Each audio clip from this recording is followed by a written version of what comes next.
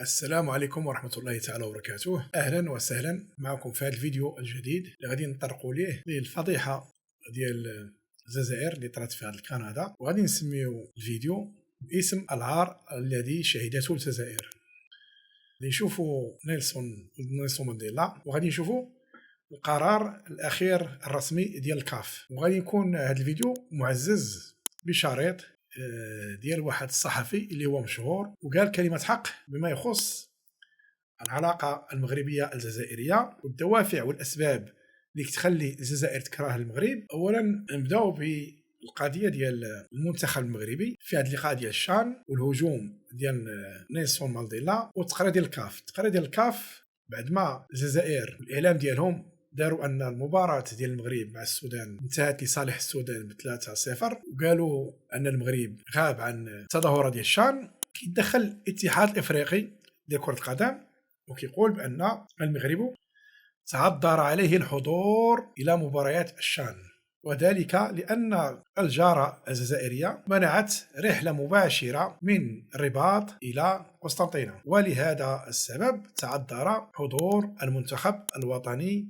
المغربي الحامل للقب مرتين متتاليتين. الاتحاد الافريقي لكرة القدم كان كيصر على حضور المغرب باعتباره انه حامل اللقب لمرتين في اخر نسختين، وكذلك الترتيب المغربي اللي في كرة القدم اللي ولات مرتبة 11 عالمية، والجمهور الكبير ديال المغرب اللي ولات عنده شهرة عالمية. ونظرا لأن الشان ما عندوش واحد الاهتمام كبير دولي، لذلك الاتحاد الافريقي كان مصر على حضور المغرب باعتباره انه حامل لقب النسختين الاخيرتين، وكذلك الشهره اللي كسبها المغرب في المونديال ديال قطر مع الجمهور ديالو. اذا الجزائر ما كانش كتمنى المغرب يحضر لهذه التظاهره هذه، وذلك لاسباب واضحه جدا. الهدف من هذا الشيء هو ان المنتخب ديالهم يفوز بهذه البطوله هذه، والمنافس الوحيد اللي كانوا خايفين منه هو المنتخب المغربي. هذا القرار اللي اتخذته الجزائر ما عجبش الاتحاد الافريقي، وقرر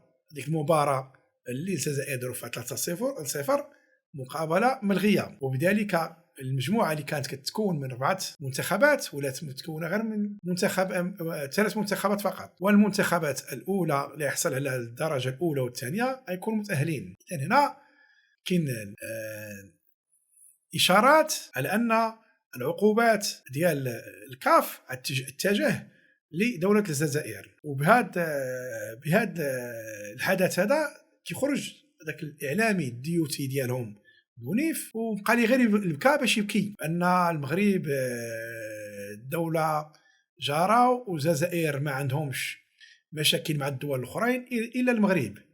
بالنسبه لما يخص ابن نيلسون مانديلا ذاك النصاب والبيدوفيل، غنخليوكم مع الفيديو للصحفي البارز والمشهور وعنده مواقف جريئه ودائما كيناقش المواضيع بواحد الحياديه. نخليوكم تشوفوا الفيديو ديالو اش غيقول على هذا الابن ديال نيلسون مانديلا ولا على الجزائر. كاين بعض الجزائريين كيقولوا بان العار الذي شهدته الجزائر. حفيد نيلسون مانديلا حضر خلال الساعات الماضية للجزائر في افتتاح بطولة رياضية وفي حضور الرئيس الجزائري عبد المجيد تبون، وإذا بحفيد نيلسون مانديلا يدعو للقتال من أجل تحرير الصحراء المغربية. يعني يدعو الجيش الجزائري أنه يعلن الحرب على الجيش المغربي، والبلدان المسلمان يتقاتلان، اللي هم هي فرنسا بتنظر للجزائر كبلد مسلم والمغرب كبلد مسلم انهم عدوين، فبيض بيفقش بعضه او فخار يكسر بعضه، فيجري هذان العدوان يدمران نفسهما، ثم تأتي فرنسا وتقوم بافتراس الشعبين الجزائري والمغربي، حتى إذا جاء الجيش الفرنسي يحتلكم ويغتصب المسلمات. وفرنسا من قبل اغتصبت المسلمات في الجزائر، والآن فرنسا تريد تكرار ذلك، وإسرائيل من خلف هذا. فتعالوا نشاهد هذا العار والمؤامرة على الجزائر والمغرب. هنا كما نشاهد الرئيس الجزائري عبد المجيد تبون، وهنا حفيد نيلسون مانديلا ليس له قيمة في الحياة سوى ان هو جده نيلسون مانديلا، وشخص تافه واصلا كان المفروض يطرد لما يقول هذه التصريحات. هنا حضراتكم هم بيجعلونه يفتتح، وللأسف إن هذا يذاع على القناة الأولى الجزائرية. يقول آخر مستعمرة في أفريقيا هي الصحراء المغربية، طبعا هم جوجل مترجمها الغربية، فلنقاتل لتحرير الصحراء الغربية. نقاتل يعني الحرب. الجزائر طبعا هو لن يقاتل حضرته، وهو لا يهمه حاجة، ده ولد مجرم. وهنعرض لكم هذا تأييد الإجرام والقتل لملايين المسلمين في سوريا وفي اليمن وفي العراق كما سنة. لكن الإعلام العربي المدلس قال صفقوا لحفيد نيلسون مانديلا. ماذا؟ قال لنقاتل من أجل تحرير فلسطين. طبعا هذا خداع يعني. فأيضا قال لذلك نقف معا نتحد، يعني للنضال، هي الفايتر يعني القتال، يعني من أجل تحرير فلسطين. تعالوا نشاهد. Let us also remember that Madiba said our freedom is incomplete without the freedom of Palestine. Therefore we stand together to fight for the liberation of Palestine. Free, free Palestine! From the river to the sea! Free, free Palestine! Free, free Palestine! انظروا في قواعد. كل من يدعو للقتال بين المسلمين اعرفوا أنه شغال لحساب إسرائيل، وإن شتم إسرائيل ليل ونهار، لأنه من الخدع الكبيرة أنه يقول لك اشتم في إسرائيل. إيران بتشتم في إسرائيل ثم ما بدها تقاتل إسرائيل، تقاتلنا نحن. يعني إيران تشتم في إسرائيل ثم تقتل في الشعب السوري. إيران تشتم في إسرائيل ثم تقاتل الشعب العراقي، دمرت العراق ودمرت اليمن. إيران بتقاتل في نيجيريا. هو في إسرائيل في نيجيريا؟ أصبحت هناك ميليشيات إيرانية الشيعية الآن في نيجيريا، ونيجيريا المذابح فيها شغالة. إيران الآن شغالة تعمل ميليشيات داخل الجزائر وداخل المغرب، ويقومون بنشاط ضخم جدا. وفيه داعية بحريني اسمه حسن الحسيني، واتضح أنه هو حسن الأفغاني. فكل هؤلاء، كل من يقول لكم تسقط إسرائيل ونلقي إسرائيل في البحر وهو شغال تقسيم. جمال عبد الناصر عندنا في مصر كان يقول سنلقي إسرائيل في البحر، وماذا فعل؟ قسم مصر والسودان، كانت دولة واحدة 3 مليون كيلو متر مربع، قسمها. يقول احنا هنرمي إسرائيل في البحر، هم يحارب المسلمين في قبرص، يحارب المسلمين في إثيوبيا، يحارب المسلمين في الصومال. والقذافي كان يفعل نفس الموضوع، يقول سنلقي إسرائيل في البحر وهو قاعد يعمل ميليشيات شيعية إسماعيلية، لأنه القذافي كان شيعي إسماعيلي، من أجل تقسيم بلاد الحرمين الشريفين. والقذافي هو اللي قسم السودان. فانتبهوا، إسرائيل حضرتك مش زعلانة أبدا، إسرائيل بتحبه، والولد ده تلاقي علاقته قوية جدا بإسرائيل، وتقول له اشتمنا مفيش مشكلة. وعالوا القومية العربية، واكتشفنا أن كل من يدعو القومية العربية كان شغال عميل لحساب إسرائيل، من حافظ الأسد لجمال عبد الناصر للقذافي، كلهم كانوا عملاء للمخابرات الأمريكية والإسرائيل، ويسبون ويلعنون إسرائيل. هل تصدقوا قنوات فضائية بتشتم في إسرائيل؟ ده الإعلام العربي كله بيدار من إسرائيل، لكن تجد الإعلام العربي قاعد يشتم في إسرائيل وهم قاعدين يمدحوا في إيران، يشتموا في إسرائيل ويمدحوا في إيران، رغم أن إيران هي الإسرائيل الكبرى أصلا. وعاوز أقول لكم إيران أسوأ من إسرائيل 100 مرة و1000 مرة. هو اليهودي بيستيقظ من النوم يقول يجب تمزيق القرآن ويجب قتل المسلمين ويجب، أبدا. اليهودي بيصحى يروح يسكر ولا في خمارة ولا في. مين اللي بيصحى كل يوم من الصبح يقول لابد ندمر مكة والمدينة ونطرد المسلمين وندمر القرآن؟ ده حياته، غير ملل إيران. من الذي هجر 4 مليون مسلم من العراق غير إيران؟ بل هنا العار والمصيبة، المنتخب المغربي كان المفروض يطير بالطائرة إلى مدينة قسنطينة الجزائرية ويشارك، منع من المشاركة.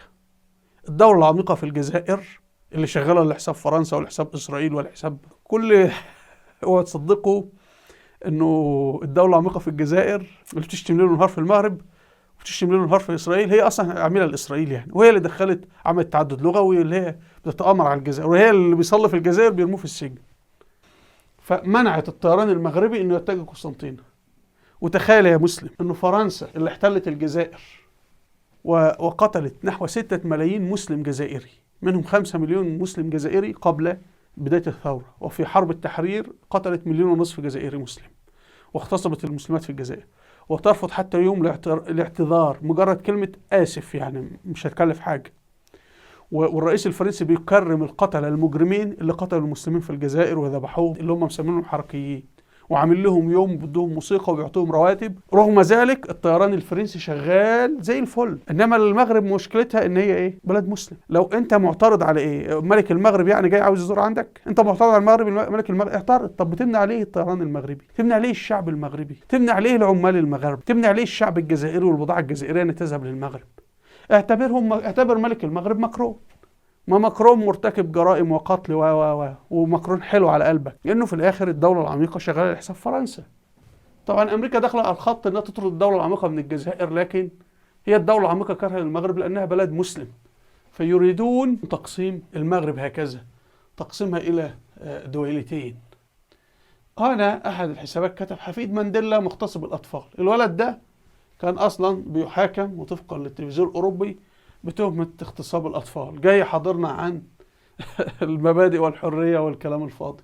في التعليقات كيقولوا بأن الجزائر في الحروب بكري كانت ديما هي اللي كتحمي المغرب من الهجمات الخارجية. يا للعجب، الدولة اللي كانت محكومة 400 عام من الدولة العثمانية وقبل كانوا تحت السلاطين ديال الدولة المغربية، كيقولوا الان هما اللي كانوا كيحميوا المغرب من التدخلات الاجنبيه. خاصكم تعرفوا لولا يوسف بن تشافين لكان الاسبان عندكم الى في دولتكم الى حد الان. لان كون هازم يوسف بن تشافين في معركه الزلاقه ولحد الان عندكم الاسبان في الدوله ديالكم. يوسف بن تشافين راه حبس عليكم الاستعمار لمده 400 عام، حبس عليكم التدخلات الاجنبيه لمده 400 سنه. والمشكل اللي طاح فيه المغرب باش ولا قطعه سهله للمستعمرين هو الدفاعات اللي كان كيدير على قبل الدوله ديالكم، ولكن تعرض للخيانه من قبل الامير ديالكم وخسر المعركه في معركه إيسلي، لان كان فيها تواطؤ ما بين الامير ديالكم